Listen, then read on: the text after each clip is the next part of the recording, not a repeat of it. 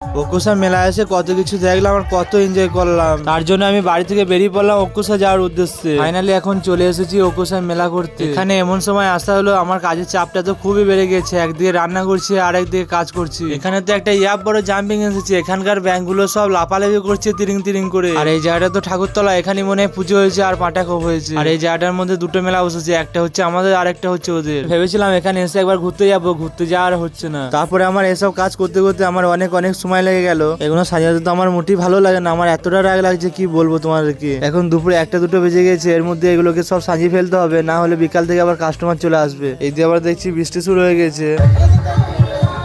তারপরে সব কাজ কমপ্লিট করে ব্লগটা রাত থেকে শুরু করলাম। সন্ধ্যে থেকে মেলাতে এতটা পরিমাণে ভিড় হয়েছিল আমি তো ঘর থেকে বেরোতেই পারি নাই। এখন তো রাত অনেক হয়েছে, তার জন্য বাবার আমি ভাত খেতে বসে পড়েছি। এই পাড়াতে আজকে বাউল গানের অনুষ্ঠান আছে, তার জন্য তাড়াতাড়ি করে ভাতটা খেয়ে দেখতে চলে আসলাম। এখানে অনেক ভিড় হয়েছে দেখছি, আর ওদেরকে বললাম এই একটু সরে চলো, সাত সমুদ্র পার হয়ে এসেছি দেখতে।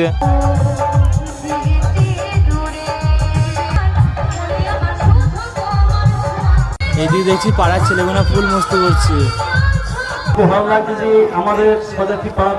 গানটা শুরু করতে হাততালি দেখা না দেখ আমি দেবো।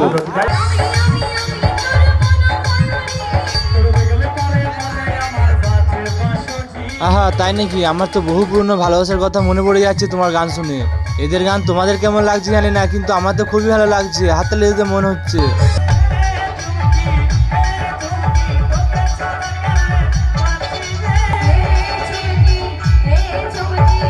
চুমকির জন্য কত ছেলের জীবন নষ্ট হয়েছে তোমরা কি জানো?